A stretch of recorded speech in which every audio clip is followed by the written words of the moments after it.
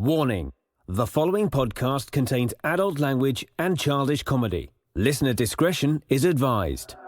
And now, please adjust your headphone volume to an unreasonable level and enjoy the most dynamic and electrifyingly entertaining podcast ever to conquer cyberspace. This is Amish Baby Machine.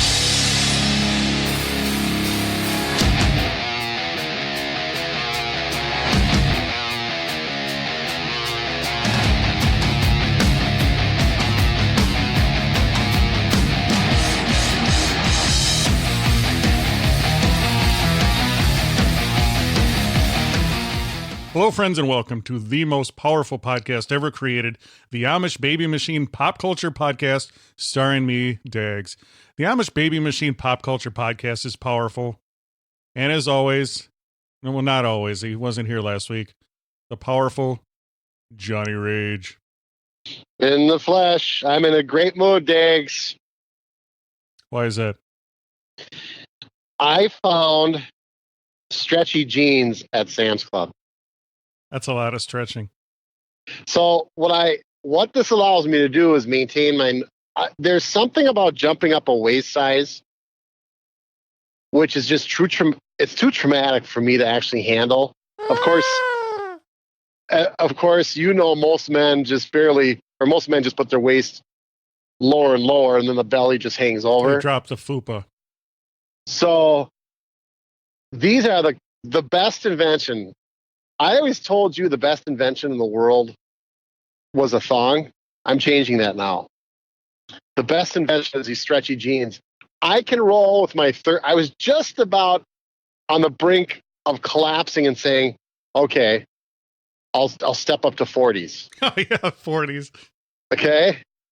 And then I see at Sam's Club the sign that says stretch material jeans. And these are some pretty snazzy looking jeans. And I said, you know what? I'm going to see if I can roll with my old waist size of 38. And Dags, this cat, who you know is a fine-tuned machine, is rolling in some 38 jeans again. Now, where do you get your clothes? Mills Fleet Farm or Northern Tool? Sam's Club, man. I love it. Everything I own is Sam's Club. If there was one store that you got locked in and you couldn't get out for a week, it'd be Sam's Club for me. Where would that be for you? That's a good question. Now Amazon. I know you tried to lock yourself into Victoria's Secret once. That's a little different. And you were arrested and you did your time. But what store, if you had to sustain yourself, would you actually pick amongst all the ones out there? Well, first of all, that was supposed to be a secret. Hence the name. There's no secrets, Dags. There's no secrets here on the Amish. Can you smell it? What? The delicious coffee I'm enjoying. Oh. Powerful cup of Tailwaggers blend coffee. God, it's good. Just the name of it sounds good. It's powerful. And on a cold winter's night in the great state of Minnesota, or wherever you are, even in the tropics, you can always enjoy a cup of coffee. From all the way up in Alaska, I'm going to need you to go to alaskadogworks.com, pick up a bag of powerful Tailwaggers blend, and when you go to the coupon code, please type in Amish Baby Machine. It will help them, it will help us, and it will help you enjoy a powerful cup of coffee, Tailwaggers blend, from alaskadogworks.com. I'll ask you to go to Alaska. Is that kind of our little... Just for the hell of it? Just for the hell of it. Powerful puns, powerful show today. We enjoyed two different movies. Yeah, but Dave, let me go back to the coffee thing. Is there a certain time, did we talk about this, where you kind of shut the coffee down and move on to other various drinks? Now, like I said, usually coffee is for effect. That being said, on a frigid Minnesota morning here, evening, wherever you are, I do enjoy a cup of coffee. So you'll drink it at night? No, not usually. Okay, but you'll drink a monster drink at night? Not at night, not usually, no. Okay, because some people... Well, it depends if I'm going to enjoy a cinema. Sometimes I do enjoy a powerful energy drink, and I have to get the movie nachos. Okay. Well, once 10 o'clock rolls around in the morning, this cat's done with coffee. Whether it's as good as tail wagger is, I'm not wagging my tail after 10 a.m. for some of your coffee. We are on powerful different schedules, though. Me and Johnny Rage. I'm a Yes, we I'm are. a night owl, and Johnny Rage is a morning bitch. I was going to say, what would a good analogy be? A night owl, because owls stay up all night long. If a person is a early morning, what would you use as a reference to that? I don't know.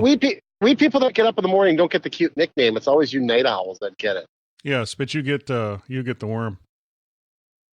The Good early point. bird. Bird morning. Bird man. Early bird morning. bird. Early bird gets the worm. Powerful. Thank you for listening. Thank you, flock of Amish. God, we love you. Powerful episode today. We enjoyed 2 different movies. And as always, we'll go off on powerful tangents, powerful thoughts, powerful comedy. Powerful. Now, what powerful news stories? I know that you dug deep because you were off a whole week. What powerful stories do you have to bring to this powerful episode? I know we're going to talk about movies later, but I know you're a huge Arnold Schwarzenegger fan. Yeah. Is that how you reduce yourself? That's all you do now, and that's so powerful. Now, here's the thing. I'm going to give you guys 2 impersonations. Okay.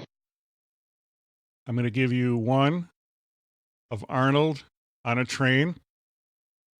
Okay. And one Bob Dylan starting his motorcycle on a cold Minnesota morning. Which one do you want first?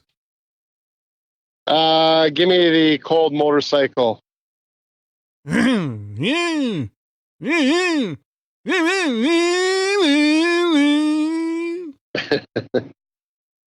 Okay.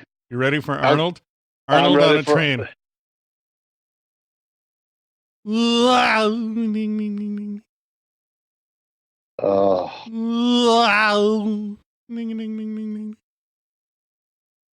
I'm trying to catch the train. What time is it? What time does the train come to the station? Listen to me. I'm a cop, you idiot. Oh, God. I hope you didn't waste a lot of time putting that together. You do an impersonation. You got nothing. Do you have one? Because you wasted a lot of our time listening to it. No. Do you have an impersonation? Do one. Oh, boy. Do it. Do it now. That's probably the easiest one to turn to.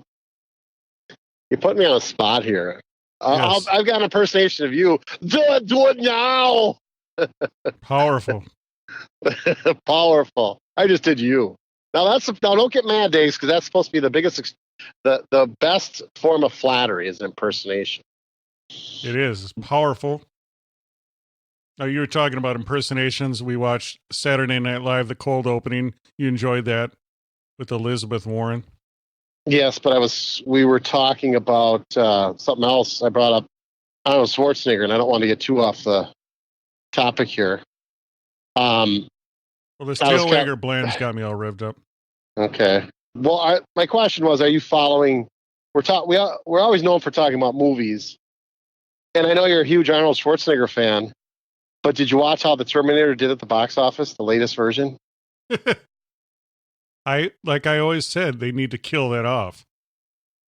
As much as I love Arnold, destroy it. But listen to these numbers once. Terminator Dark Fate, it is being considered a box office flop. And now that could, of course, jeopardize the whole franchise, which we hope it does. It says the film's total worldwide box office revenue in the opening weekend was $123.6 million. That doesn't sound bad, does it, Dags? To you? I'm talking opening weekend here. Was it about $1.85 to make? Yes, Dags, you are correct. $185 million, but that doesn't include the tens, if not hundreds of millions spent on marketing that film. There is a change that the film could lose more than $120 million, depending upon how the rest of its theatrical run turns out. I don't see this as surprising. I had zero desire. Did you see this movie? I forget. You I have saw not some, seen it yet. but do you have a desire to go see it? Well, I love Arnold. I love the Terminator series, but looking at the trailers, I already could figure out that I wouldn't like it. But you're not a Terminator fan. I never I know I never got into that. I just didn't get into it. I don't. It reminds me of. Let's go back to the Marvel movies that are being made.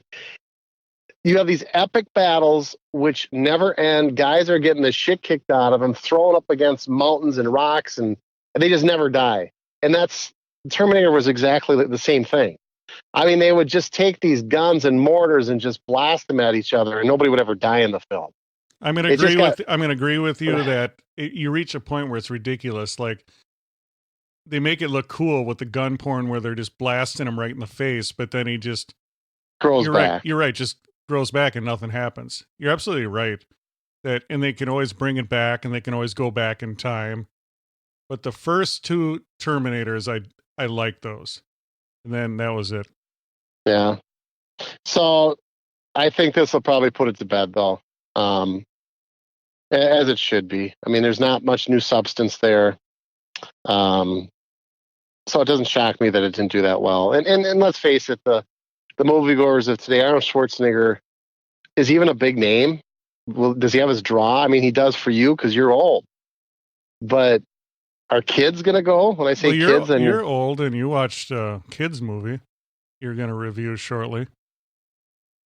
I don't know if you could call that that's a horror movie. Okay. Well, it wasn't a horror movie. Come on. Yeah. No, that was a horror movie. It was a frightening movie. Okay. What's the difference between frightening and horror? Do tell. I'm saying, did it scare you, or did it scare people in the audience? Yes, I think it did. One of the rare films I think that actually had the ability to do that, because we'll talk about that later. But Dags, I'm confused. Maybe you can straighten me out, because I know you're a big Game of Thrones dude. I'm watching reports from my sources that say Game of Thrones prequel is coming to HBO. And then my other sources are saying, no, it's been canceled. Can you give us the latest word on what's happening to Game of Thrones? Because that's your world, buddy. The latest is the new show will be a prequel, and I think it's going to be called House of the Dragon. HBO ordered 10 episodes, I heard, but they don't know when it's going to air. You're funny. Oh, you're funny. Why'd you just go look that up? Wow, there was a... Thank you, Dags. That's your deal. I was hoping you would understand it. So what do you think? Are you going to be able to get into that one or what? I looked it up on Facebook. Attaboy. That's your source. No, it's not. I have sources in sorcery. So what do you think? Are you going to be able to get into that? Or, I mean, is it dead for you like Terminator is for me? Or what do you think? I would watch it. We'll have to see who the actors are. That'll make a difference to you, because did you know any of the actors in the original one before it started? I didn't know who they were, but they were good actors. So right. That's what it is. It's kind of like... what's that? But you got to learn them. You didn't know going into it, though, until you actually nestled into it and embraced it. That's what I'm saying. If they're good actors, then it'll be good. Because that show's all about acting. If it's not good acting, it'll just be a CGI fest. Now, have you ever watched a movie that there wasn't good acting in? What do you mean? 99% of the movies are not good acting. Name one. Name any movie. I don't know. I think if you go to any movie, whether it's an average movie or blockbuster, one thing that's always pretty good, the storyline might not be good, but the actors are always usually pretty good. No. I've never seen a bad actor. What are you talking about? Now, if you go to like a Saved by the Bell sitcom and watch some of that acting, yeah, there were some pretty bad actors. But if you like the movie that we were in yesterday, that I watched yesterday, that we're going to talk about and discuss and break down and dissect, and I'll give you my brilliant takeaways from that. It was a bunch of no-name actors. Very good actors. The actors were sound. It was just a low-budget film, but I've never seen a movie with bad acting in it. I'm sorry, I haven't. That's like the dumbest thing I ever heard. There's no movie. So you like every movie that comes out. I'm not saying that. That's different. I'm saying there's bad actors and just plain bad movies, but they're not the same thing. I'm trying to think of what's a movie you like that has good acting, but it was bad story? If you give me a moment, I'll think about that. But sometimes you go to a movie. Well, yeah. So the movie Godzilla, for example, had great acting in it. Yes. You really believe that? Yes. The movie King Kong had great acting in it. Yes. All the Rock's movies, they're all great acting. Yes. There was nothing wrong with the acting. Whether or not you like the movie is a different thing, though. That's two different things. But every movie, I'm always amazed at, like when I went to the movie Countdown yesterday, there was no high-end actor in that. But it was still quality actors, maybe playing a bad role, but still quality actors. Arnold Schwarzenegger come to mind maybe as a bad actor, I guess. Train. Acting. So anyway, Diggs, we go from Game of Thrones. I want to touch on a couple things here before I lose you. I know that you don't have a long attention span, but I know you're not big into the copyright things, but can I just play a little blip? I went to the Boss Skaggs concert. We got to talk about that too. Huge fan of Boss Skaggs. For any of you people who are of the age of 45 or higher, you probably appreciate and love Boss Skaggs. Are you a Boss Skaggs fan, Skaggs? I am not. Really? Because Skaggs and Dags kind of rhyme. I thought you two might jive together. There used to be a powerful Italian restaurant here called Lido's, so I might enjoy that.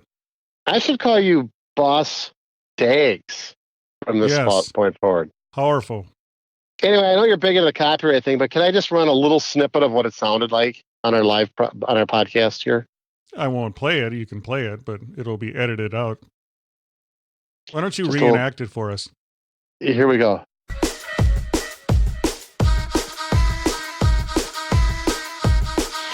Can you hear that, Dags? No. Thank God. Can't? Okay, anyway. Little does Johnny Rage know, I just replaced his lame music with some sweet music I just made on my phone. I try to capture some of that concert. I want to tell you, I was down at, can I talk about this concert now? A little bit? You can talk about whatever you want. Okay. So, Boss Skaggs is announced he's coming. You know how that is, months ahead of time. You get the tickets, and you kind of forget about it. And then we head down to Treasure Island Casino down in Red Wing, Minnesota. Always have some. They kind of take those second tier acts is what they usually have down there. Like they're bringing in Chicago in May. They had Boss Skaggs. They have like the Nitty Ditty Dirt Band. They would never bring anything in like, who'd be a big name act today. Anyway, it doesn't matter. I love Boss Skaggs. I love his music. It looked like the venue that we were in would have really good acoustics and the music would sound really well done. And Boss Skaggs, he's not a showman in any sense of the word. The guy just does the basics, plays his music and gets the hell out of there, okay? So if you're in for an epic performance, you're not going to get that with him, but you'll get the quality music. He kind of has more of a blues background is where he started. And it's carried on through his Silk Degree album that everybody loves and probably the most noticeable songs. But he was not loud enough, and I thought the acoustics absolutely were horseshit, which kind of ruined it for me. And you know, how much do you think I paid for his ticket? You got it for free. No, I didn't. I wish I did. What would you pay? Well, you don't like Boss Skaggs, so it's hard. But what would you think I paid? $55. Okay, I paid $77. No, oh my God, not the highest you're going to pay, but that's kind of expensive for a concert ticket. Very expensive for a dude that hasn't had a record forever.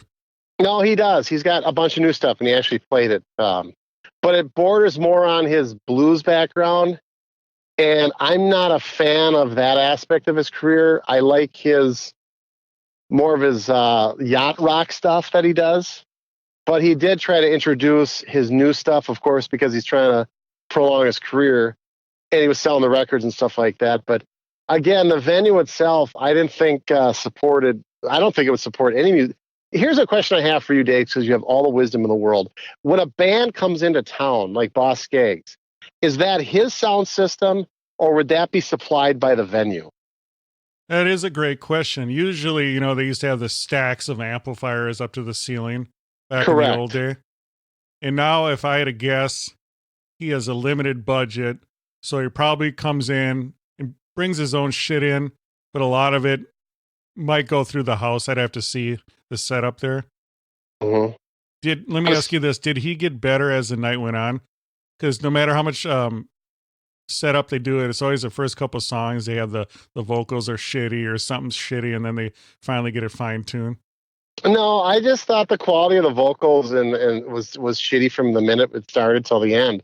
I didn't think the band played shitty. They're very talented musicians, and a lot of these guys have been with them since day one. Very talented. But it is a bare bones concert. He is not a showman. He's not going to say, "Hey, everybody, Minneapolis," or anything like that. He did very little talking. You got your money's worth because he played his heart out. But the sound quality of his talents were ruined because of that sound system he either brought or Treasure Island Casino supplied. Almost to the point where I'm like, you know what? I want some money back on this because that sounded like shit.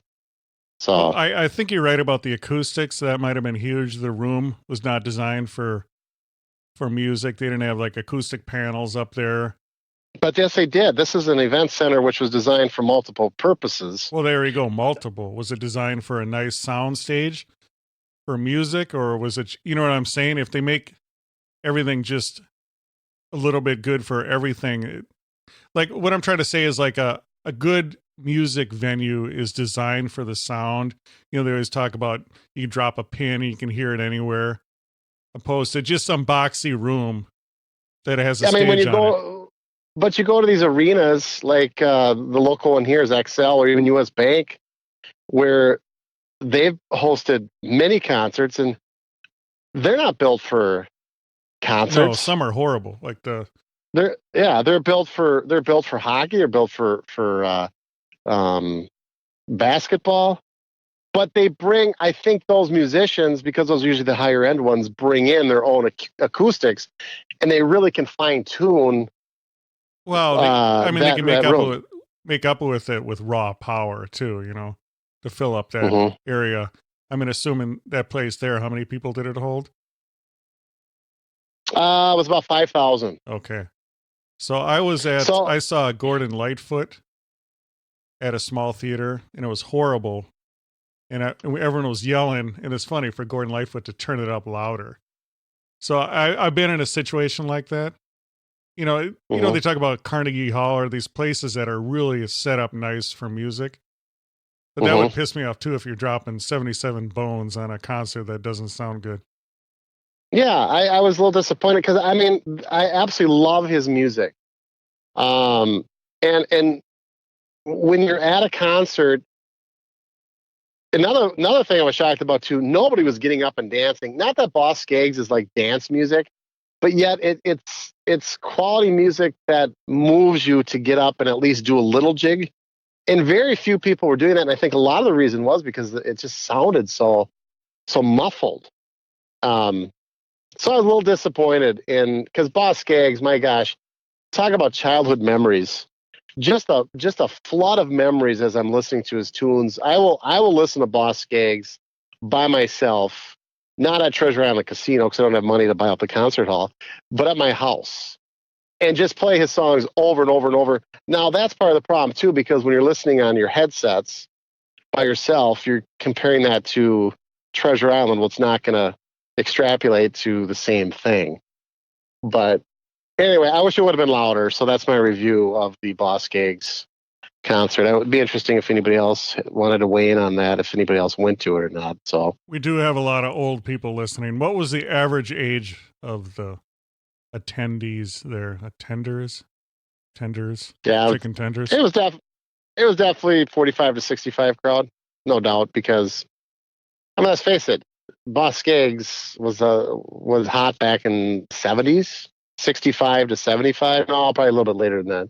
But his music, he's one of the few musicians though where his songs are timeless. I mean, my daughters hear this stuff and they love it. It passes from generation to generation. A lot of artists today don't have that ability to take their song and transition it to the next generation. If you can do that, name an artist, Dags, that you feel can transition his music in a timeless fashion from decade to decade, where you'll listen to it, the younger generation will listen to it. What comes to mind? Nothing right now. Yeah, I mean, with the new stuff, there is nothing. There's Well, absolutely the thing nothing. is with the new stuff, it's different now. People don't listen to their radio anymore. You know, they get their music in different ways. So it's really hard to compare, you know, vinyl records back then, playing them on the radio. So you're saying because all of us kind of customize our playlists now versus listen to what's dished off to us on the radio. Yes, it's kind of like exactly people making their playlists, people watching movies on Netflix. There was talks about, I don't know if you heard about Netflix speeding up. You'd be able to speed up the movie you're watching or the TV show, so you could binge watch it even quicker. Well, you can by simply hitting the play button, or that's what I do on my phone. I watch most of my TV on my phone, and you know how you can slide the bar on the bottom. What do you call that bar? The motion bar. You can slide ahead or slide back. I do that right now without even. No, but I'm talking about speeding up the actual speed of it. I don't like that. Well, music, they do that on like a lot of music on the radio to crank in more ads. They'd speed up the music. I could always tell. You know, they shave off a little bit. It's kind of like those the bullshit where they sell food now, but it's a smaller portion. Right. It's the same price. Correct. You know, they try to cram so much in there. I mean, if you go into an actual, see, that's what bothers me watching a film. A lot of people don't want to go to the movie theater, so they watch this movie that's designed to be on this big screen with big sound, and they watch it, if they're lucky, on a 70-inch TV, but usually on a little 5-inch, 6-inch screen. So you don't get the effect of the movie. Right. I don't think it's the fact that they don't want to go to the movie. Sometimes they can't. I mean, when you go to a movie, it's an event. Not a lot of people with kids and life can afford to go. I mean, you're looking at the average movie. You're spending 3 hours away from your family or whatever you're going to be away from. So it's not that they don't want to go to the movie. They don't maybe necessarily can't afford the time. But then I get what you're saying. The movie theater for certain, for a horror film. Well, no, a documentary. I don't think you necessarily need to watch that in a movie theater. But the reason I'm saying is the movie The Irishman. You know, I'm not going to be able to see that in the movie theater. It's not coming to Minnesota, so I'm forced to watch it, you know, on a little shitty screen where it's as powerful. Are you sure about that? I'm 100% sure. It's not coming to Minnesota at all. Why would that be? I don't get that. Because they got into a big fight. The movie theaters got into a big fight, the whole Netflix, and they wanted to show it for a longer period of time. So it's, you know, it's always about money. But my point is, you know, a big movie like that, a Goodfellas type movie, I want to see that in the movie theater. Yeah. I don't get that because most movie theaters are national chains anyway. So how could they run it in Chicago and not Minneapolis? There's no mom and pop movie theaters. Yeah, there is. Anymore. There's those little small artsy places, you know. Well, fine. They can't, but let's go to our tried and true, the bigger theaters, which appeal to a national audience because they have national recognition. Yeah, but they couldn't get the deal worked out, so now you're going to have to watch it on Netflix unless you're in one of the 7 states that's going to show it. Well, I mean, at least you can watch it. It just doesn't. It just doesn't have the effect. You know, when you're watching at home or at work, you know, you have all these distractions. You're not in a dark movie theater. I mean, I like that. And it's the same with music. You know, you're talking about seeing Boskaggs in concert. Well, theoretically, if it's a nice venue, people listen to music now on little earbuds. And if you ever get the chance to listen to music live, where you're experiencing it, you know, the sights, the huge stage show. You know, if you go to a big arena rock, they got the, you know, the lasers, the smoke, everything. It's an experience versus just listening to it on little earbuds. It's the same with a movie, you know, watching a movie, big spectacle on a little TV, little teeny phone. I'd much rather see it in the movie theater. And you're right, some shows, there's no reason to see it on a big screen, but if you're going to see Star Wars, of course you want to see it on a big screen versus a little phone. Yeah, I don't know if The Irishman would qualify as a movie that you'd have to see on a big screen. That's a gangster movie. That one, to me, I don't think much is lost watching it on the Netflix. No, but if you look at the cinematography, the direction style of a Scorsese movie, it's really cool to look at. And you're not getting that on your phone. Well, yeah, we'll see. I'll watch it for sure. I'm a huge fan of those style of movies, and this looks like it could be right up the Godfather type movie. I mean, it's definitely they're not all the same people, but some of the same people as a Godfather. No, I mean, it's going to be a sequel to, Goodfellas and Casino. But I mean, I think that's why everyone's excited, because they love that chemistry of those guys, Pesci and De Niro, and now they're going to add Pacino. So you have the Italian trifecta. What do you mean now they're going to add Pacino? They always had Pacino. No, in Goodfellas, Casino is what I'm talking about. Oh, I see what you're saying. Okay. The only time that De Niro, pretty much De Niro and Pacino were in the movie Heat at the powerful diner scene. No, they were in The Godfather together. They were in the scene together? No, they were not in a scene together, but they were in the same movie. Yeah. Correct. But you got me on a technicality. Thanks. Brother. Hey, let's hear about your movie. I want to hear about it, because I have a lot of interest in it. Tell me more. The Lighthouse. Tell me more. I was looking forward to it. Artsy film, filmed in black and white, about two dudes that get dropped off on a lighthouse island, and they have to take care of it for 4 weeks. And it's almost like a play. It's just bare bones, minimal. It's just two guys talking to each other, and then you see how dreary, they show the shots of the black and white of these two guys and the day-to-day maintenance of taking care of the lighthouse. And then you see these little ominous omens. You see like seagulls that are just irritating this one dude. And the one guy is real mysterious about his background. And the other guy, Willem Dafoe, is kind of like a poop deck pappy guy, older dude, that he's farting all the time. So it's basically, there's not much going on. And then, so it sounds like you and I on a podcast. What's that? Why is that? You're the old dude? You're farting all the time. I edit all that out. Okay. So it's two guys. Doesn't smell like it, but go ahead. Two guys talking to each other, and then one guy's kind of descent into madness. So the acting in that was actually pretty good, but I had to complain that the black and white was too black and white. It's too filtery for me. You know how much I love my filters. So I get it, it's dreary, but they made it so dreary that some scenes were hard to watch, actually, because it was so dark.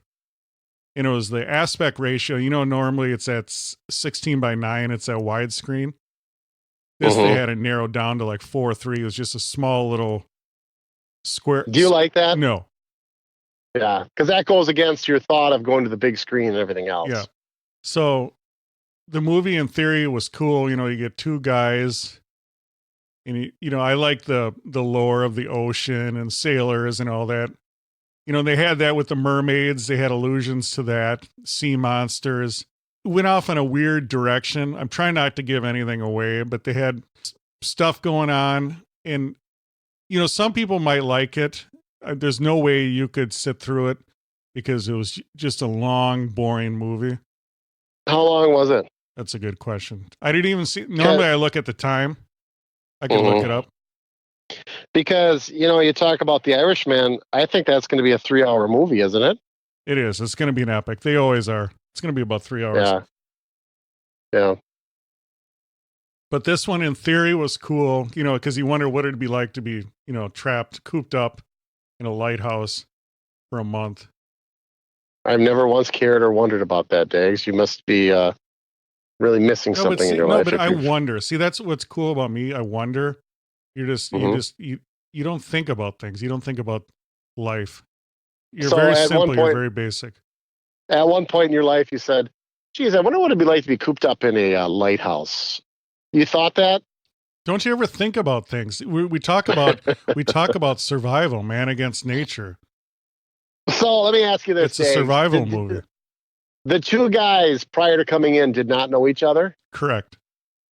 One guy was a seasoned veteran, Willem Dafoe. One guy was a seasoned. Okay, he's teaching the new guy. Yes. Okay.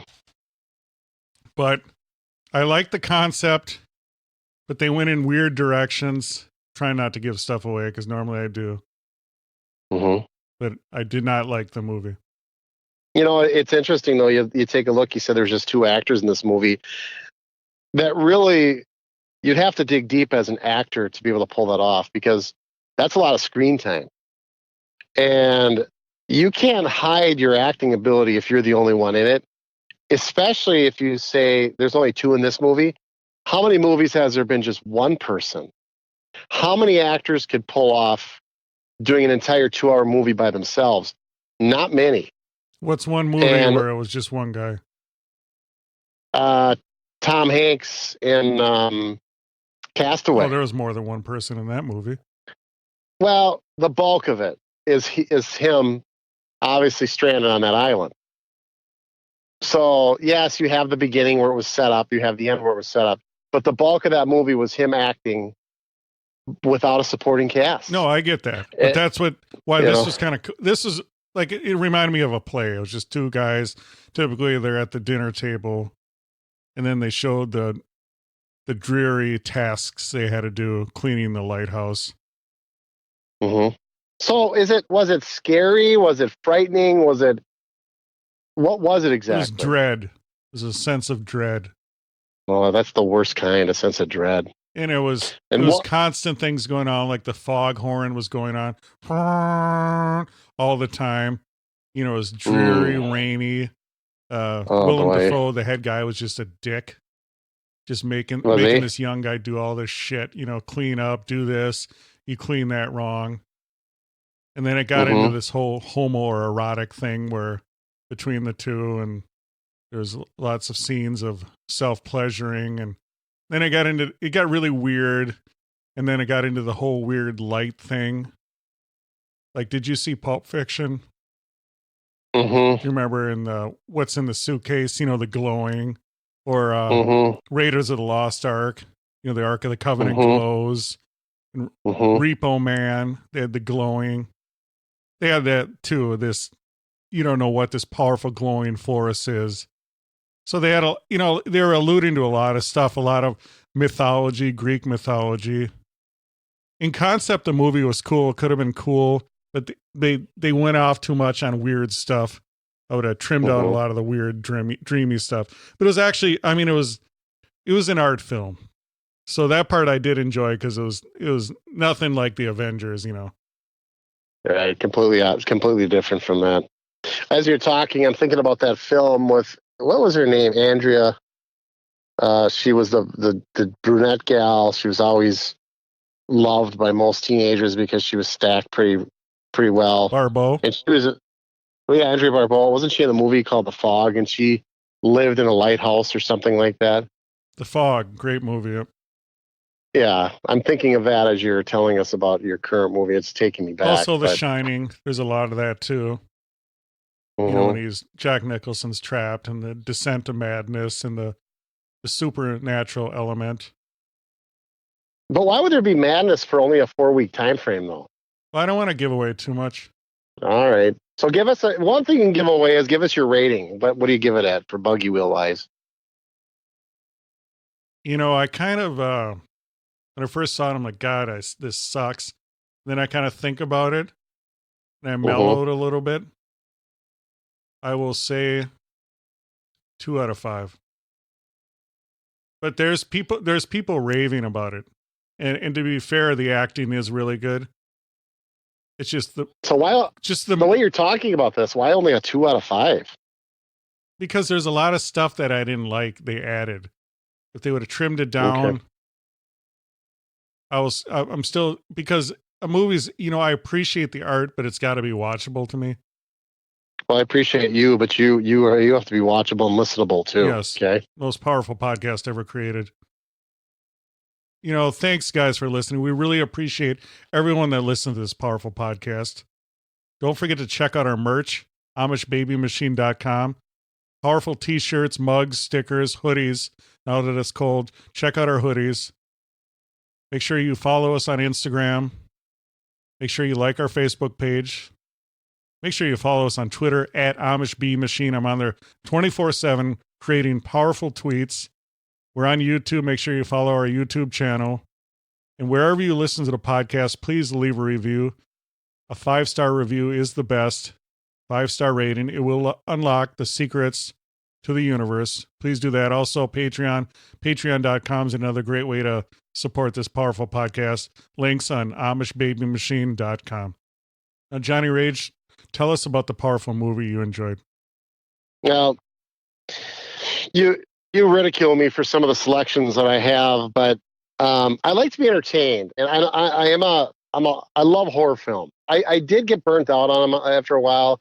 I was so I went to the Marvel thing for a while, but then I was burnt out on that, so now I'm back to horror films, flicks. So there was one. It's currently at the movie theater. I think it was released. It's only been out for about a week, but it's called Countdown. The Final Countdown? No, it's not. Are you an elephant, or what? Are you playing an instrument?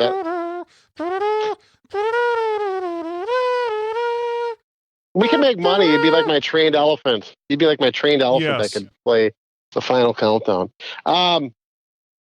What the gist of the movie is there is you see these on Facebook all the time too. Fill this out and we'll tell you what year you're going to die and how you're going to die. Have you ever seen that on Facebook? I have. Okay. What age has it said that you're I going would to never live do to? that. They also want to do that with the genetics, DNA. They'll tell you Yeah. what you're susceptible to. I don't want to know that. Okay. Well, anyway, that's the premise of this is there's an app. It's called Countdown, and you get it off of your smartphone, and you plug in all your information, and then it gives you how many years you have left to live. And over the course of the movie, some of the characters, hey, I'm not going to die until I'm 95. Other people, hey, look, I got to go till 75. At this point, I just think it's a joke anyway, but there's kind of some sense of relief because it's like a Ouija board. You're always kind of wondering, is this or isn't it? That's kind of what was happening in this movie too. They're like, is this for real or not? And most people are just blowing it off. Unless, of course, when you went to the app and it said you have 3 days left. You're a little more panicked than the rest of the people who said they'll die at 96. Well, if you open up this app, Dags, and you see you've got 3 days, and you're kind of a little more alarmed, but still kind of blowing it off. This is just a fun app. Nothing to it. Well, of course, in typical fashion, the first girl that opens up the app, she's the one that says, actually, no, it's 3 hours for her. 3 hours, 22 minutes, 30 seconds. And she was at a party. And of course, she downloads the app, various others download the app, and they're all, like I said, if they got to be the ripe old age of 97, hey, look at me, 97, hey, look at me, 86. Well, they're like, hey, Angie, how about you? And she's kind of quiet. She's not really revealing how much time she has because she's kind of wigged out by it. Come on, how much longer do you have? And then she kind of turns the phone and shows her app. It says 3 hours, 22 minutes, 30 seconds, something to that effect. So that kind of sets the movie up, and it's called Countdown. That's the app that these kids are getting on their phone. So we'll speed you ahead forward 3 hours, 22 minutes, and 30 seconds later in the show, which is really about a minute in movie time. She hops into the car with her drunk boyfriend. So you can see this being set up. You're like, oh, okay, I get this. This is how she's going to die. So her drunk boyfriend and her get into an argument because she is really apprehensive about driving with him because he's drunk, especially because she knows she's got this app that says, hey, in 2 hours now, she's going to be dead, or at this point, 20 minutes, I think, because it's counting down as time goes on.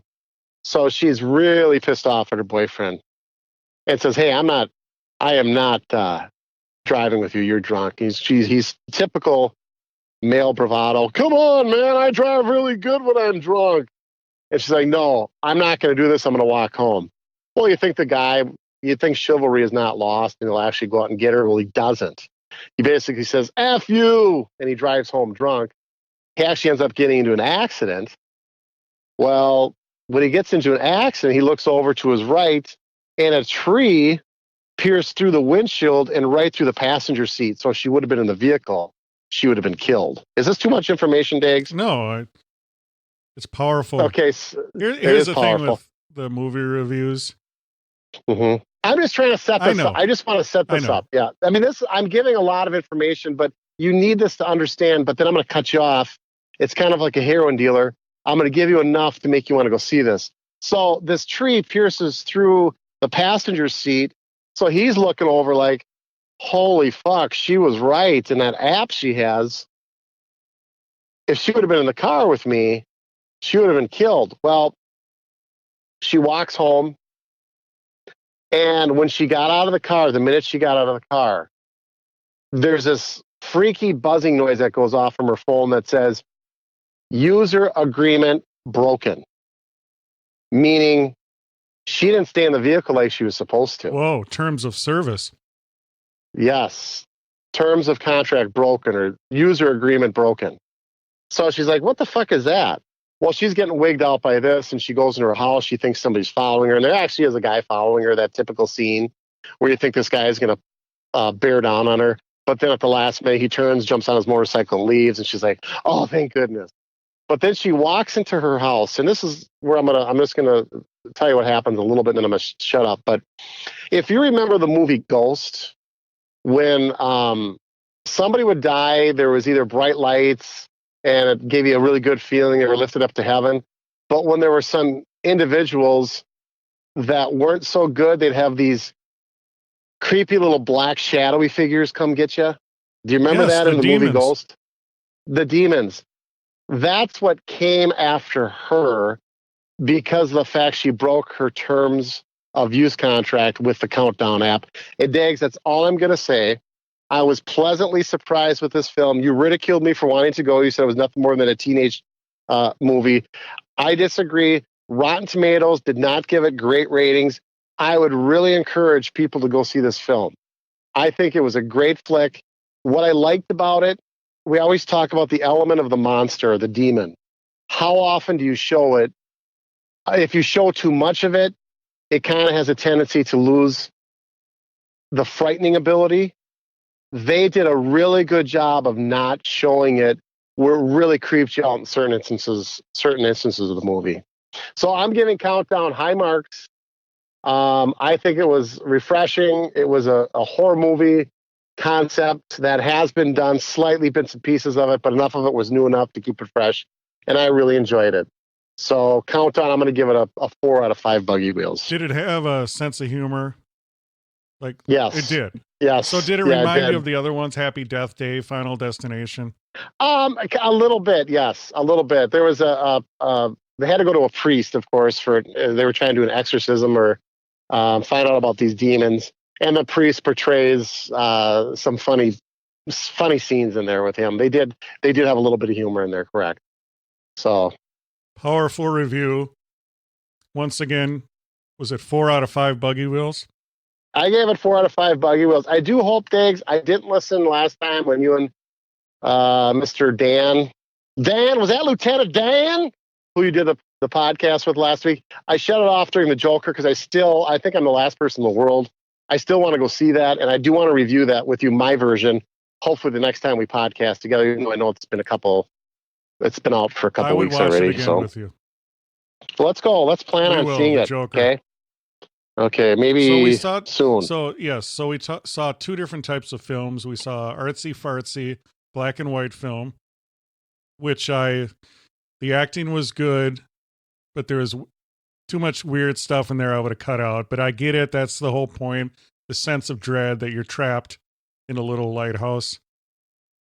I did appreciate that it was a different type of movie than, your typical Disney movie. And then we also had your teeny bopper horror movie that you enjoyed.